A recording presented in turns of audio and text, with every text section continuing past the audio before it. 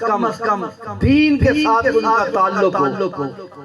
ایک بندہ تھا جس طرح میرا اور آپ سب کا شعور اس معاشرے کا تقریباً ملتا جلتا ہے۔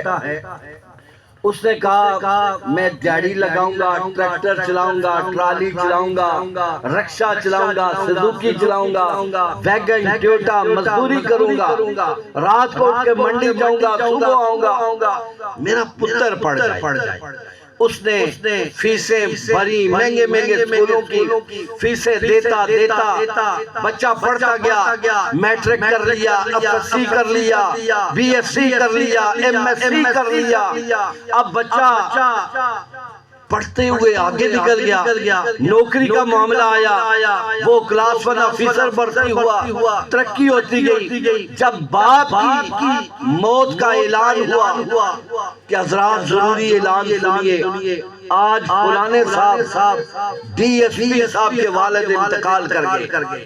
پتر ڈی ایس پی بن چکا تھا، ڈی ایس پی صاحب کے والد صاحب انتقال کر گئے، تو لوگ چونکہ ڈی ایس پی کے ابے کو پتہ نہیں کیا چیز سمجھتے ہیں، جنازے کے لیے بھاگے کہ ڈی ایس پی صاحب کے والد کا جنازہ پڑھنا زیادہ ثواب ہے، کیونکہ غریبوں کے جنازوں کا ثواب کم ہے، امیروں کے جنازوں کا ثواب زیادہ ہے، کیونکہ یہ معاشرہ ہے نا، ان کے ذہن بن گئے ہیں۔ حالانکہ جنازوں کا تو جیسے بھی پڑھیں گے ثواب ایک ہی جیسا ہے۔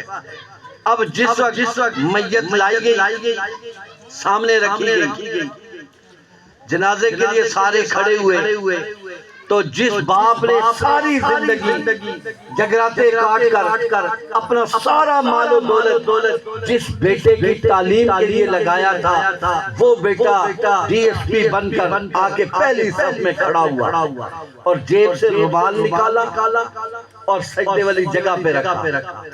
ساتھ والے نے پوچھا صاحب یہ کیوں بچھایا ہے؟ سجدہ کروں گا تو ماتھے کو مٹی نہ لگے، سجدہ کروں گا تو ماتھے کو مٹی نہ لگے۔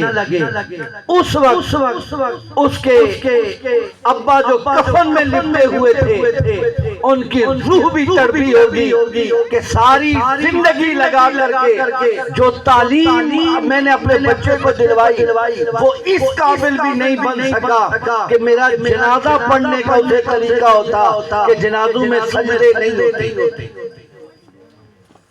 جنازوں میں سجدے نہیں ہوتے۔ اس وقت اس کی روح کو احساس ہوا ہوگا، لیکن اب نامہ اعمال کا رجسٹر بند ہو چکا تھا۔